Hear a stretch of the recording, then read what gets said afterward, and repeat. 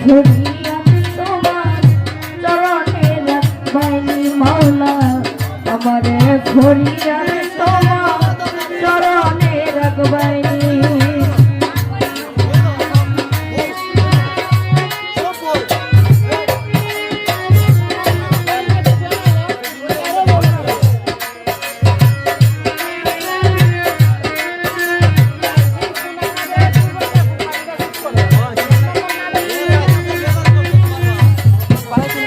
Dayal গো